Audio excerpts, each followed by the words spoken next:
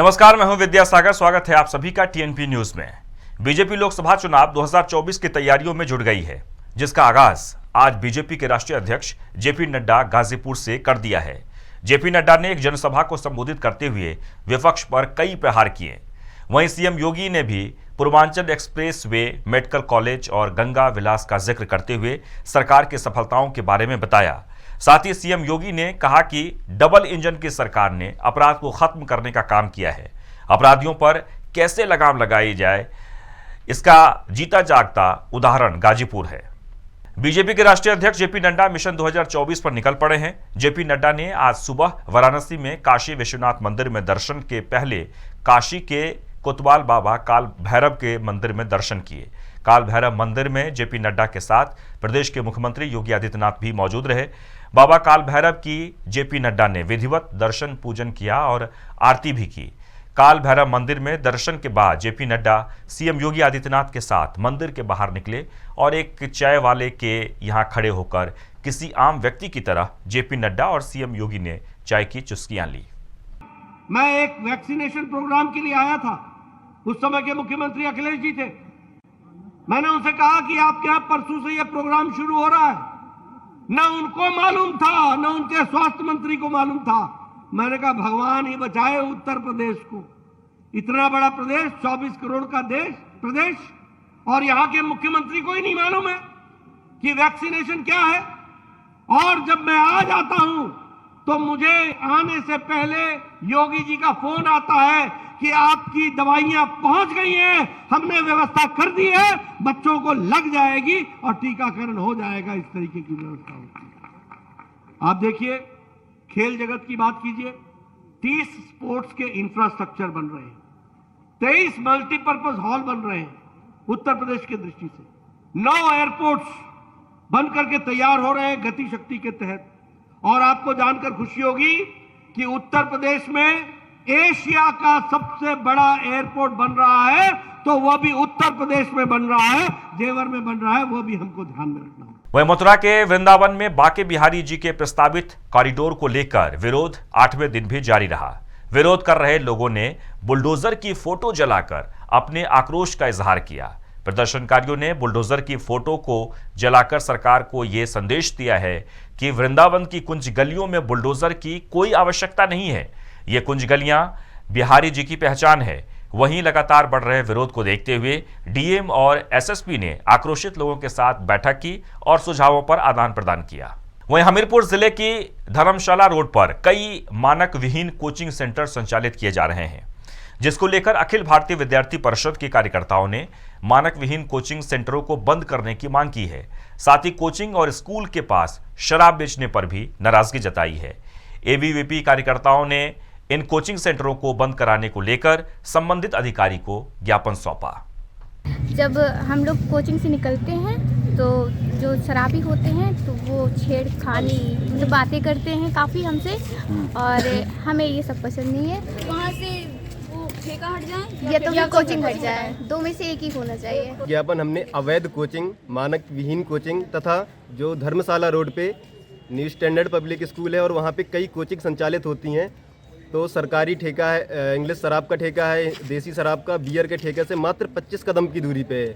तो हमने एसडीएम साहब को ज्ञापन दिया है कि या तो ठेकों को स्थानांतरित कर दिया जाए या तो विद्यालय और कोचिंगों को स्थानांतरित कर दिया जाए, जिससे शाम के समय या दिन में जब बच्चे कोचिंग से छुट्टी के बाद वहाँ से निकलते हैं तो शराबी हैं तो कमेंट करते हैं। वहीं बरेली जनपद में कोतवाली थाना क्षेत्र में रहने वाली एक महिला ने शहर के बड़े बीजेपी नेता सहित 4 लोगों पर गैंगरेप का आरोप लगाया है। महिला का आरोप है कि वह बीते 7 दिसंबर 2022 को रामपुर गार्डन में दवाई लेने के लिए जा रही थी। तभी बीजेपी नेता और उनके ड्राइवर के साथ 2 अन्य कार सवार लोगों ने उसके साथ दुष्कर्म किया। महिला का आरोप है कि जब उसने थाना कोतवाली में शिकायती पत्र दिया है, पुलिस ने अज्ञात के खिलाफ रिपोर्ट दर्ज की है, जबकि उसने नामजद शिकायत पत्र दिया था। महिला ने बताया कि एसीजेएम के यहां हुए 64 के बयानों में भी उसने आरोपियों के नाम बताए थे। इसके बावजूद भी पुलिस आरोपियों को गिरफ्तार नहीं कर रही है। पहले जो है मैं वहाँ पे काम करती थी, कम से कम 12-13 साल मैंने उनके यहाँ काम किया है और पूरे फैमिली में ही रही हूँ मैं हमेशा। वो हमेशा ही मतलब घर पे मॉलेस्ट करते थे, और मैंने उनसे मना करने के बाद जो है उन्होंने एक दिन मुझे अपने सिटी ऑफिस वाला जो घर है वहाँ पे बुलाया था। वहाँ पे बुलाने के बाद उन्होंने मेरे साथ ज़बरदस्ती करने की कोशिश की, तो मैंने उन्हें धक्का देकर बोला कि नहीं सर ये गलत है, ऐसा नहीं होना चाहिए। मैं वहाँ से भाग आई। बात हमीरपुर की। हमीरपुर में महिला ने युवक पर शारीरिक शोषण का आरोप लगाया है। महिला का कहना है कि युवक कई महीनों से उसका शारीरिक शोषण कर रहा था, लेकिन अब बच्चे के जन्म के बाद युवक शादी से इनकार करने लगा, जिसकी शिकायत के लिए पीड़ित महिला ने पुलिस थाने का रुख किया है। वहीं इस मामले के संज्ञान में आते ही डीआईजी के आदेश पर चारों आरोपियों के खिलाफ केस दर्ज करा दिया गया है। FIR करने आई थी मेरे साथ एक लड़का ने, अमित कुमार ने 2 साल से शादी का झांसा देता रहा। एक बच्ची पैदा कर दी है, मेरी शादी हो चुकी थी, वो भी ससुराल से छुड़वा दिया। अब वो दूसरी शादी करना चाहता है। अब बताइए, मैं परेशान घूम रही हूँ। मेरी एक बच्ची भी हो गई है। उनके पिताजी का नाम है देवी दीन और माता का नाम है गीता। शिवपुरी फतेहपुर की रहने वाली है। उनके मन से बच्ची हो गई थी, अब हमें रखना नहीं चाहते हैं। रुकेंगे छोटे से ब्रेक के लिए, तुरंत लौटते हैं।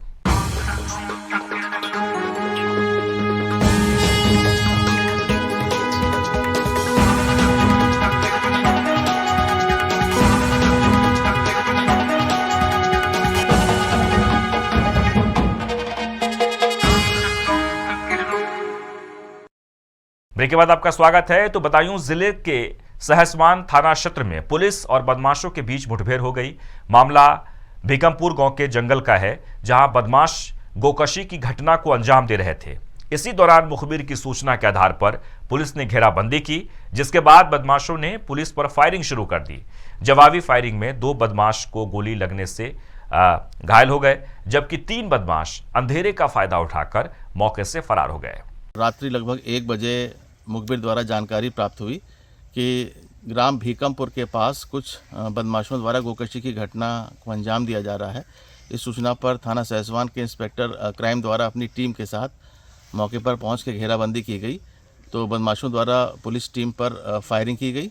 जो पुलिस द्वारा आत्मरक्षा जवाबी फायरिंग में उन बदमाशों में से 2 व्यक्ति, जिनका नाम दिलशाद और आरिफ है, इन दोनों को मौके पर पैर में गोली लगी है, जिसकी वजह से वो घायल हो गए हैं। शेष अन्य 2 बदमाश, जिनका नाम बन्ने मियाँ और नूर आलम है, इनको पुलिस ने कॉम्बिंग के दौरान गिरफ्तार कर लिया गया है। इसमें शामिल 3 अन्य बदमाश अंधेरे का फायदा उठा करके भाग गए, जिनके वहीं सहारनपुर में गांव वालों ने एक चोर को रंगे हाथों पकड़ लिया है, जिसके बाद गांव वालों ने चोर को पकड़कर दीवार से बांध दिया। इस घटना का वीडियो पास में एक खड़े शख्स ने बना लिया है। वहीं ये पूरा मामला सोशल मीडिया पर लगातार वायरल हो रहा है। ये पूरी घटना चिलकना क्षेत्र के एक गांव की बताई जा रही है। और इसी के साथ ही इस बुलेटिन में बस इतना ही, लेकिन आप बने रहे टीएनपी के साथ। नमस्कार।